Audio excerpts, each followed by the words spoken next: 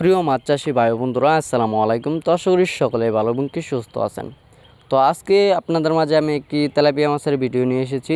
তো আপনারা ভিডিওর স্ক্রিনে যে মাছগুলো লক্ষ্য করতে পারছেন, এগুলো হলো অরিজিনাল মনোসেক্স তেলাপিয়া। তো আজকে এই মনোসেক্স তেলাপিয়া মাছ নিয়ে আলোচনা করব। তো অবশ্যই আমরা যে মাছগুলোকে মনোসেক্স তেলাপিয়া মাছ বলে থাকি, তা এটা কি সত্যি মনোসেক্স তেলাপিয়া নাকি ভুয়া, তা নিয়ে আজকে বিস্তারিত আলোচনা চলবে এই ভিডিও জুড়ে। তো আপনারা অবশ্যই আমাদের সাথে থাকবেন।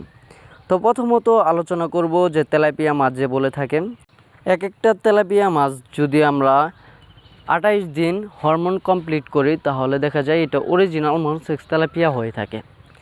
আর যদি দেখা যায় গিফট তেলাপিয়া মাছ চাষ করেন, তাহলে গিফট তেলাপিয়া মাছ কিন্তু মাত্র 2.5 থেকে 3 মাসের ভিতরে পুকুরে বাচ্চা দিয়ে দেয়। তার ফলে মাছগুলো এত বড় হয় না এবং কি এই মাছের বাজার রেটও বেশি একটা পাওয়া যায় না। তো অবশ্যই যারা মাছ চাষ করতে চান, বাণিজ্যিক হিসাবে মাছ চাষ করতে চান, তারা অবশ্যই আপনাদের মনোসেক্স তেলাপিয়া মাছটা চাষ করতে হবে। তো মনোসেক্স তেলাপিয়া মাছটা কীভাবে চিনবেন এবং কি কোন জায়গা থেকে ভালো মানের মনোসেক্স তেলাপিয়া মাছটা সংগ্রহ করবেন, তা নিয়ে কিন্তু আছে বিস্তারিত আলোচনা।